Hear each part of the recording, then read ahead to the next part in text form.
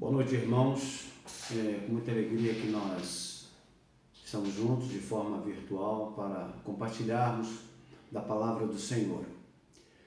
Na mensagem desta noite, usarei como ilustração a águia como símbolo de força, grandeza e majestade. A águia é conhecida pelo mundo inteiro como símbolo de nobreza, por sua força, alteza e vigor. Ela é forte, viva, corajosa, vencedora. Ela é um símbolo dos que esperam no Senhor. E não pode ser diferente. O povo de Deus é como um águia, forte, guerreiro. É um povo que triunfa nos reveses da vida. É um povo vencedor. E é triste saber que existem cristãos vivendo o contrário a esta verdade, sendo tímidos, fracos, impotentes, dominados pelo medo, longe de vencer nas crises, vivendo cabisbaixo e triste, com a autoestima lá embaixo, tendo cada vez mais uma visão distorcida de si próprio, vivendo uma autocomiseração. Você conhece alguém assim? Infelizmente, tem pessoas como os espias de Israel. Eram homens valorosos, príncipes, nobres que foram escolhidos a dedo por serem homens fortes, líderes, representantes de suas tribos. Pessoas com grande potencial, mas deixaram de se abater frente aos gigantes da terra. E é o que tem acontecido nos dias de hoje, onde muitos têm sido afetados emocionalmente, financeiramente e socialmente por conta do novo coronavírus, Covid-19, que tem assolado a população mundial. Este tem sido o nosso grande gigante, o gigante atual. O que fazer? É nesse momento que nós elevamos os nossos olhos para os montes e perguntamos: de onde me virá o socorro? O meu socorro vem do Senhor, que fez os céus e a terra. Isso está registrado em Salmo 121, no versículo 1 e 2. Queridos, não tem como ser diferente. Não tem como não confiar no Senhor. Se verdadeiramente somos cristãos, que realmente possamos assumir essa postura e saber que o Senhor é aquele que tem zelado por cada um de nós a todo momento do nosso viver. Mas existem pessoas que não percebem que estão ao seu alcance uma outra realidade da vida. O cristão genuíno, ele é um vencedor. E quando eu falo um cristão genuíno, é que realmente medite dia e noite no Senhor, se perguntando a si mesmo como tem sido o seu proceder, preocupado em estar realmente andando na presença deste Deus maravilhoso. E a partir dessa postura, realmente nós seremos um vencedor. Romanos 8,37 diz: em todas essas coisas somos mais do que vencedores por aquele que nos amou. O servo do Senhor está refugiado nos braços do Todo-Poderoso. Isso é estar voando nas alturas, desfrutando das benéficas do Pai. Este é o nosso assunto base. E o tema da mensagem para esta noite: voando nas alturas, príncipe e não gafanhotos. E eu gostaria de compartilhar a palavra, Isaías 40, 31, se você tiver a sua Bíblia, poderá me acompanhar. E diz assim, Isaías 40, 31, mas o que esperam no Senhor renovarão as suas forças, e subirão com asas como águias, correrão e não se cansarão, caminharão e não se fadigarão. É assim que nós, o servo do Senhor, vivemos para a glória dele. Vamos orar neste momento. Bendito Deus, diante do Senhor nós estamos com o coração, Senhor Deus, estreitados, ansiosos pela Tua presença em nossas vidas a cada momento do nosso viver. Deus, obrigado pela oportunidade de poder compartilhar da Tua palavra. Que ela possa, Senhor Deus, penetrar nos nossos corações. E que isso possa atender a necessidade de cada pessoa que neste momento, Senhor Deus, vive em diversas situações. Mas Tu conheces todas elas. Que isso possa, Senhor Deus, estar abençoando a cada um de nós, nos falando ao coração, respondendo às nossas interrogações e, acima de tudo, nos motivando a viver uma vida de fidelidade ao Senhor, de confiança cada vez mais. Aceite a nossa oração, em nome de Jesus. Amém. Querido, o propósito da mensagem nesta noite é criar um servo de Deus expectativas de alçar voos altaneiros, tendo visão de reino, alargando assim as fronteiras de atuação, independente das circunstâncias. Segundo pesquisa, existem muitas pessoas derrotadas pela síndrome do gafanhoto, ou seja, pessoas que se consideram um inseto, se consideram pequenas demais, frágeis demais, e assim caminham cabisbaixos, vencidos, desanimados, desencorajados para as lutas, vivem choramingando o tempo todo, pois esquecem ou não creem nas promessas de Deus. Só olham para os gigantes e não para Jesus. E é preciso, ao se deparar com os gigantes circunstanciais, que existe um Deus maior ainda, que quer nos abençoar, que quer nos dar paz, tranquilidade, que quer o melhor para cada um de nós. O desejo do nosso Deus é sempre o melhor para cada um de nós. Mas aqueles 10 espias eram assim, e com isso contaminaram todo o arraial de Israel com seu pessimismo, levando a multidão a se rebelar contra Moisés. Foram envenenados com a síndrome do gafanhoto, excetuando, obviamente, Josué e Caleb. Na verdade, esses espias, eles se rebelaram contra Deus e tendo como resultado o quê? Vaguearam 40 anos no deserto por não darem ouvido às promessas do Senhor. E por isso, quantas oportunidades perdemos por não confiarmos e obedecermos ao Senhor nosso Deus. E em Números capítulo 13 e capítulo 14, pode-se ver a origem da síndrome do gafanhoto.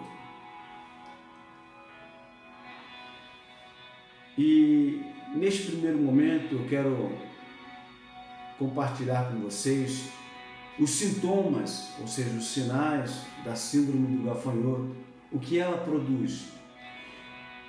Ela produz,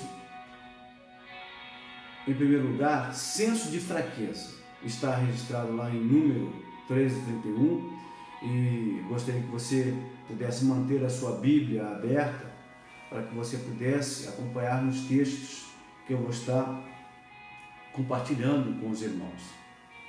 Em Números 13:31 diz: porém os outros que tinham ido com ele disseram: não podemos atacar aquela gente, pois é mais forte do que nós. Então eles estavam olhando ali aquele gigante pela frente, esquecendo-se que tinha um Deus, que tem um Deus que zelava por eles. Aqueles homens duvidaram de Deus, não acreditaram no poder do Senhor, só viram obstáculos, nada mais, tirando assim o foco de Deus para colocar nos obstáculos. Fizeram como Pedro no mar da Galileia. Lembram-se? Pedro, ao querer ir a Jesus, e Jesus mandou que ele fosse, enquanto ele olhava para Jesus, ele estava sobre as águas. Quando ele desvia o foco de Jesus, ele começa a afundar. Mas a misericórdia do Senhor é tão grande que o sustentou. Segundo sintoma, ou seja, segundo sinais da síndrome do gafanhoto, complexo de inferioridade, número 1331. Não podemos atacar aquela gente, pois é mais forte do que nós. Então eles acharam que eles eram inferiores àqueles gigantes, esquecendo de que quem mandou eles irem foi Deus, o poderoso Deus. Realmente, as cidades eram grandes, aqueles homens eram enormes, mas Deus é maior. As muralhas eram altas, mas Deus é o quê? Altíssimo. Os gigantes eram fortes, e Deus, o nosso Deus, é o Todo-Poderoso. Então não tem como recuar, queridos. Terceiro sinal da síndrome do gafanhoto: arautos do caos. Quando nós falamos arautos, são sentinela, aquele que anuncia, são os anunciadores do Evangelho. Aqui neste caso, arautos estavam anunciando o caos. E você pode observar no versículo 32 do capítulo 13, que diz assim: assim espalharam notícias falsas entre os israelitas a respeito da terra que havia espionado. Eles disseram: aquela terra não produz o suficiente nem para alimentar os seus moradores, e os homens que vimos lá são muito altos, ou seja, gigantes.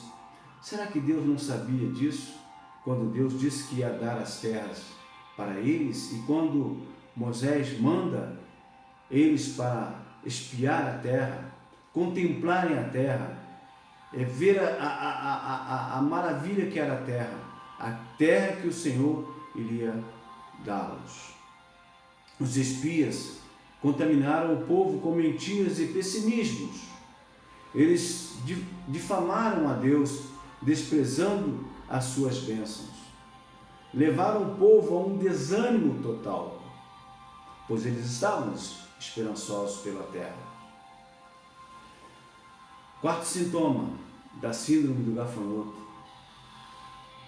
fraca autoestima. No verso 33 diz assim: também vimos ali gigantes, os descendentes de Anak. Perto deles nós nos sentíamos tão pequenos como gafanhotos, e para eles também parecíamos gafanhotos. Então, queridos, sendo príncipes escolhidos, amando de Deus, eles desonraram o Senhor ao se colocarem como inseto. Foi assim que os espias se colocaram como inseto, achando que não poderiam obterem aquela terra que o Senhor disse que as daria. Então eles não tinham nenhuma autoestima. Quinto sintoma da síndrome do gafanhoto: visão distorcida da realidade. No verso 33, para eles também parecíamos gafanhotos. Essa era a visão que os gigantes tinham também dos espias. Ao se depararem com eles, tinham visão de que eles eram gafanhotos. Mas eles jamais poderiam se sentir como gafanhotos, porque eles estavam amando do Deus Todo-Poderoso. Na verdade, eles, como muitos desprezam, não dão valor ao que têm ou ao que são. Aqueles homens, eles eram príncipes, capacitados e autorizados por Deus, mas se sentiram totalmente o inverso do que eram. Na verdade, ao agir assim, eles desonraram a Deus. Assim vimos, queridos, os os sinais da síndrome do gafanhoto. O segundo ponto que nós queremos compartilhar, os efeitos, os resultados da síndrome do gafanhoto. Ela primeiro produz o quê? Ela induz o povo, melhor dizendo, ela induz o povo ao desespero. No verso 1, então, naquela noite todo o povo gritou e chorou quando ouviram a notícia dos 10 espias. O povo chorou. Todo o povo chorou. Não enxergaram a saída. Para eles não havia solução. Perderam as esperanças, pois ela estava na capacidade deles. Quando eles olharam e viram os gigantes, as dificuldades, eles olharam para a capacidade deles, esqueceram que eles estavam indo na capacidade do Senhor. Eles não olharam para a grandeza do Deus das promessas. E assim entraram em choro e desespero. Segundo efeito, segundo resultado da síndrome do gafanhoto, induz o povo à murmuração. Em Números, capítulo 14, verso 2, o que diz? Todos os israelitas reclamaram contra Moisés e Arão e disseram: seria melhor se tivéssemos morrido no Egito, ou mesmo neste deserto. Então eles murmuravam o tempo todo. Nos momentos de dificuldades, o povo deveria voltar-se para Deus, o libertador, e não murmurar contra o Deus, tendo-o como opressor. As maravilhas de Deus estavam sobre a vida daquele povo, mas neste momento não estavam compreendendo isso. Terceiro efeito da síndrome do gafanhoto, induz o povo à ingratidão. No verso 2 de número 14, seria melhor se tivesse morrido no Egito ou mesmo neste deserto. Então, diante de todo o poder do Senhor que mostrou a eles, todos os livramentos que Deus deu àquele povo, neste momento eles agem de forma ingrata. A ingratidão é muito cruel. Aquele povo esqueceu-se da bondade de Deus, os feitos realizados pelo Senhor, para livrá-los do cativeiro. Infelizmente, assim é o ser humano. Quando vem a dificuldade, esquecem do que foi feito de bom, só vale aquilo que aparentemente não foi bom. Quarto efeito da síndrome do gafanhoto, induz a insolência contra Deus. No versículo 3 do capítulo 14, por que será que o Senhor Deus nos trouxe para essa terra? Nós vamos ser mortos na guerra, e as nossas mulheres, os nossos filhos vão ser presos. Seria bem melhor voltarmos para o Egito. Na verdade, essa postura é uma insolência contra Deus. E a que ponto chega um ser humano, de forma insolente, eles culpam a Deus pelo que estavam passando. Esqueceram os feitos do Senhor e mais, a promessa da terra. Esqueceram que estavam sendo regidos por um Deus todo-poderoso e um Deus que fez promessas. E o nosso Deus é fiel às suas promessas. Então, nós não podemos ser ingratos, e foi o que aconteceu com aquele povo. Quinto efeitos da síndrome do gafanhoto. Ela induz a apostasia, a se esfriarem na fé, a se esgotarem a fé. Em Números 14, verso 3, diz o seguinte: seria bem melhor voltarmos para o Egito. Então a fé deles foi afetada, e nós temos que estar vigilantes para a nossa fé não se esfriar, para a nossa fé não ser enfraquecida. Porque o nosso Deus, Ele está atento a todas as coisas. Ele tem lutado as nossas lutas. Você crê nessa verdade? Então que você possa realmente estar com a sua fé a cada dia alicerçada, alimentada no Senhor. O coração do Senhor fica entristecido quando o povo volta atrás do seu arrependimento de que é pecador, de que precisa de Jesus em sua vida. Esse Deus que caminhava com este povo, de noite uma coluna de fogo, de dia uma coluna de fumaça, sendo ali visível a presença do Senhor, eles perderam a fé. E aí, queriam voltar atrás. E querer voltar atrás é ultrajar a graça do Senhor, ou seja, favor imerecido. Eles não mereciam, mas a graça do Senhor estava superabundando a vida daquele povo, como a vida de cada um de nós nos dias de hoje. Ou seja, preferir viver na opressão é desfrutar do favor imerecido de Deus. Isso é uma ofensa. Sexto efeito da síndrome do gafanhoto: induz à mutilação. Lá no versículo 4 do mesmo texto, e diziam uns aos outros: vamos escolher outro líder e voltemos para o Egito. Eles perderam o prazer de estar com o líder que Deus deu a eles, Moisés. O povo, contaminado pelos espias, queriam um novo líder que o guiassem de volta para o Egito.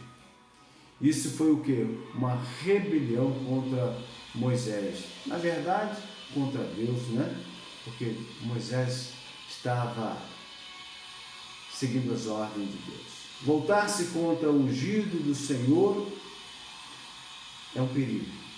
1 Samuel 26:11 registra lá Davi e seu companheiro Abissai, né, intentando contra Saul, quando Abissai aconselha Davi a matar Saul. Mas Davi, vocês vão poder ver lá em 1 Samuel 26:11, que Davi se recusa a fazer isso. Longe dele levantar a mão contra o ungido do Senhor. E quantas pessoas têm se levantado contra o ungido do Senhor, esquecendo que estão correndo sérios riscos. Não podemos levantar as mãos contra o ungido do Senhor, porque Ele prestará contas ao Senhor nosso Deus. Sétimo efeito da síndrome do gafanhoto: induz o quê? A rebeldia contra Deus. Do mesmo capítulo, verso 9 de Números: porém não sejam rebeldes contra o Senhor, e não tenham medo do povo daquela terra. Nós os venceremos com facilidade. O Senhor está com a gente e derrotou os deuses que os protegiam. Portanto, não tenham medo. Mediante esta palavra, eles ainda ficam com medo. Queridos, o povo, com esta atitude de amar mais o Egito, querer voltar à escravidão, do que estar com Deus, o Deus da promessa, isso foi um ato de rebeldia. E nós precisamos estar olhando para dentro de nós com as escolhas que estamos fazendo, por conta de que podemos estar em rebeldia contra esse Deus que tanto nos quer bem. Oitavo efeito da síndrome do gafanhoto: ela induz o medo, ao medo do inimigo. Você serve um Deus vivo e todo-poderoso? Se você serve um Deus vivo e todo-poderoso e vive em obediência a Ele, não tem que ter medo do inimigo. No verso 14, versículo 9 do mesmo texto: e não tenham medo do povo daquela terra. O Senhor que está falando para o povo. O medo faz ver fantasma. E aí, mais uma vez, nós nos lembramos do discípulo no mar da Galileia, Pedro. Queridos, o ângulo como vemos as coisas faz diferença. Pedro mudou o ângulo de visão dele. Quando o ângulo de visão dele estava focado no Senhor, ele estava indo bem. Quando ele tirou o olhar do Senhor, as coisas começou a ir mal na vida de Pedro. E Pedro imediatamente pediu socorro do Senhor. Os espias, eles viam os gigantes como inimigos, imbatíveis, achando-se como gafanhotos. Já Josué e Caleb se viram como um povo imbatível. Por quê? Eles estavam exercitando a fé de que eles estavam ali, não na força deles, mas na força do Senhor. O Romanos 8,31 diz o quê? Que diremos, pois, a estas coisas? Se o Senhor é por nós, quem será contra nós? Então, mediante essa palavra, isso faz com que nós avancemos cada vez mais, não impedindo, não deixando de avançar em função do tamanho do inimigo, porque por detrás do inimigo está o grande Deus que tem conduzido as nossas vidas. Nono efeito da síndrome do gafanhoto: induz a perseguição contra a liderança instituída por Deus. Mesmo capítulo de Números 14, verso 10, apesar disso o povo ameaçou matá-los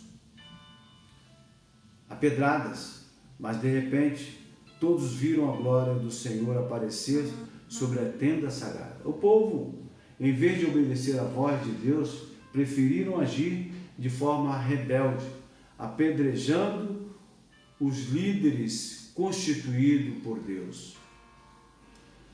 E aí cabe uma observação, que nós não temos que contestar a liderança instituída por Deus. Toda liderança é instituída por Deus e nós devemos respeitá-la. E saber que se agirem certo, se agirem errado, prestarão contas ao Senhor. Então, queridos, que nós realmente possamos estar atentos à nossa liderança.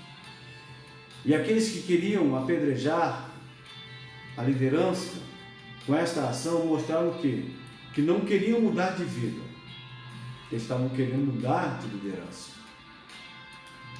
Terceiro ponto para nós estarmos refletindo: o que fazer quando se constata que o povo está com a síndrome do gafanhoto? Em primeiro lugar, quebrantar-se diante de Deus. Números 14, versos 5 e 6. Então Moisés e Arão caíram com os rostos por terra, perante toda a assembléia da congregação dos filhos de Israel.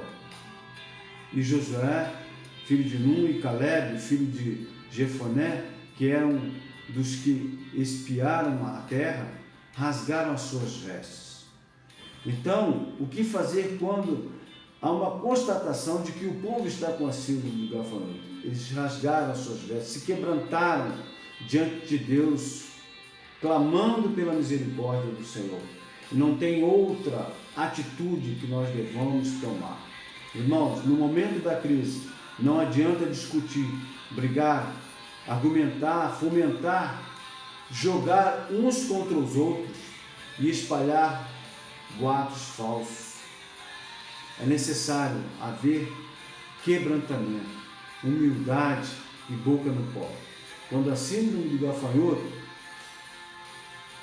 quiser se apoderar, você deve firmar-se nas promessas infalíveis da palavra de Deus.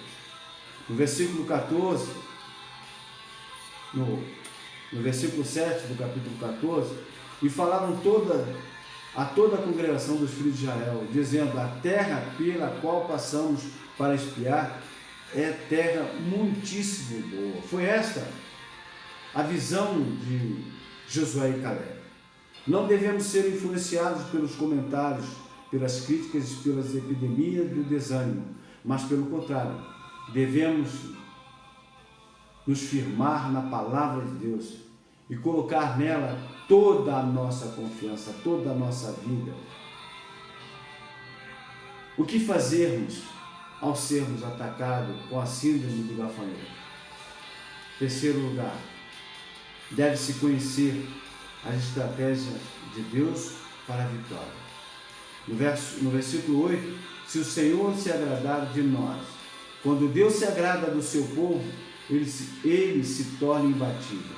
Então, queridos, isso leva-nos a uma necessidade de andar constantemente olhando para dentro de nós mesmos e fazermos a seguinte pergunta. Pergunta é essa que, vez por outra, eu tenho mencionado nas mensagens. É olhar para dentro de nós, quando você estivesse olhando ao espelho, e perguntar: o que eu tenho feito para agradar esse Deus maravilhoso?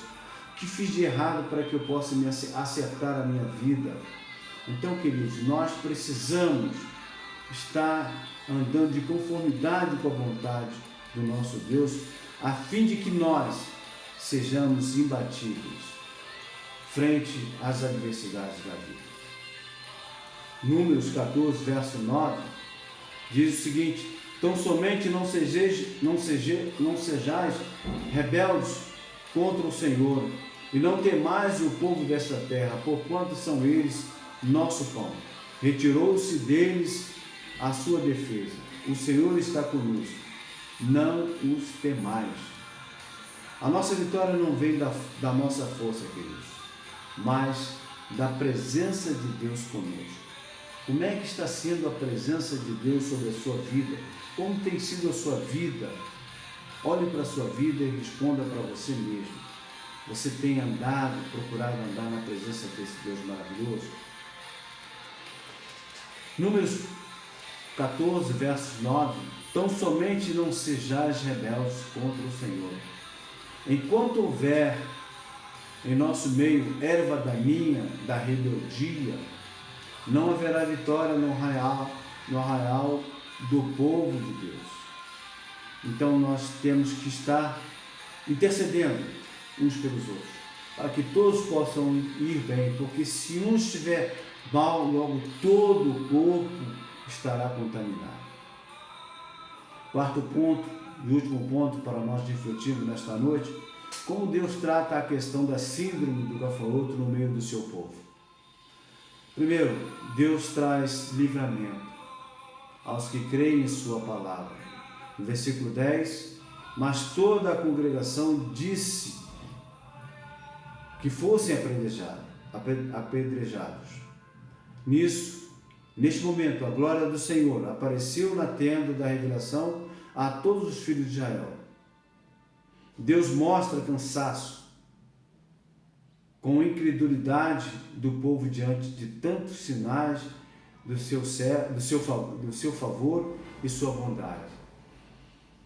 Quando o Senhor fala lá no versículo 11, disse então o Senhor a Moisés: até quando me desprezará este povo?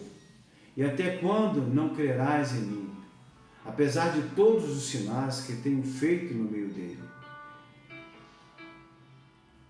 Então, queridos, Deus mostra cansaço com a incredulidade do povo. Como é que tem sido a sua fé? Você tem crido cada vez mais nesse Deus maravilhoso, nas suas promessas? Reflita sobre isso. Terceiro ponto: Deus perdoa o povo em resposta à oração. Oração essa que Moisés faz. No versículo 20, disse o Senhor: conforme a tua palavra, lhe perdoei. Então Deus perdoa a ofensa do povo mediante a oração de Moisés. Mas aquele povo, em rebeldia ao Senhor, não desfruta da terra prometida. Deus não retira as consequências do pecado. No verso 20 a 23, disse-lhe o Senhor: conforme a tua palavra lhe perdoei.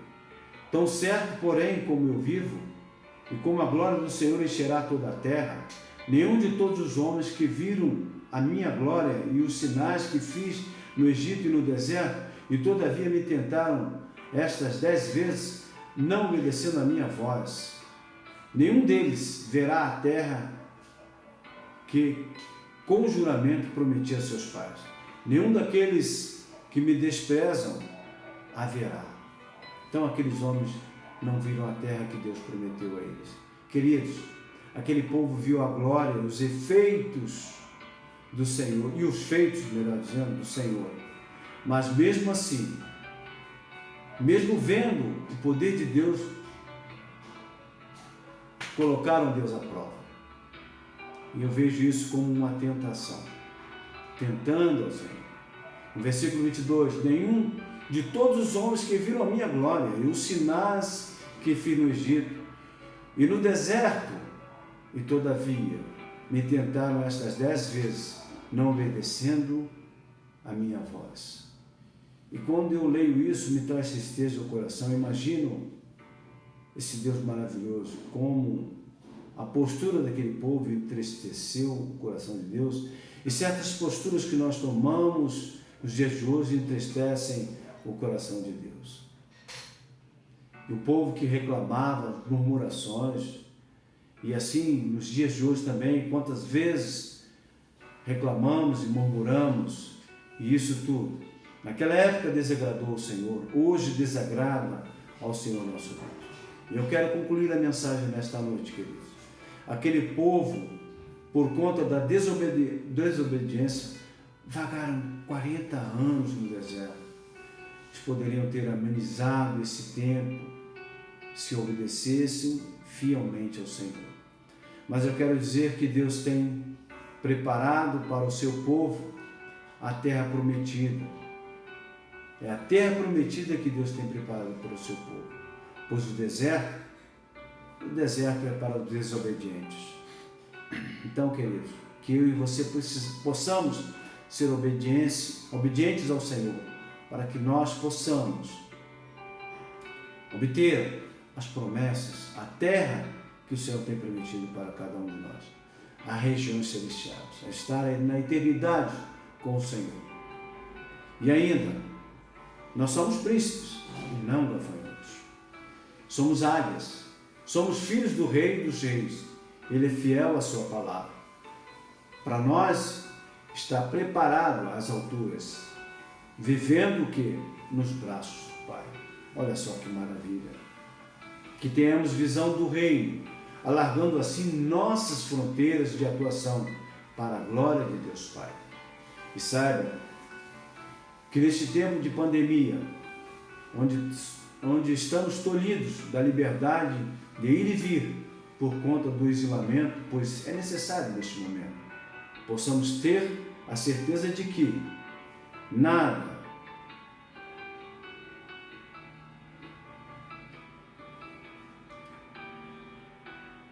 poderá nos separar do amor de Deus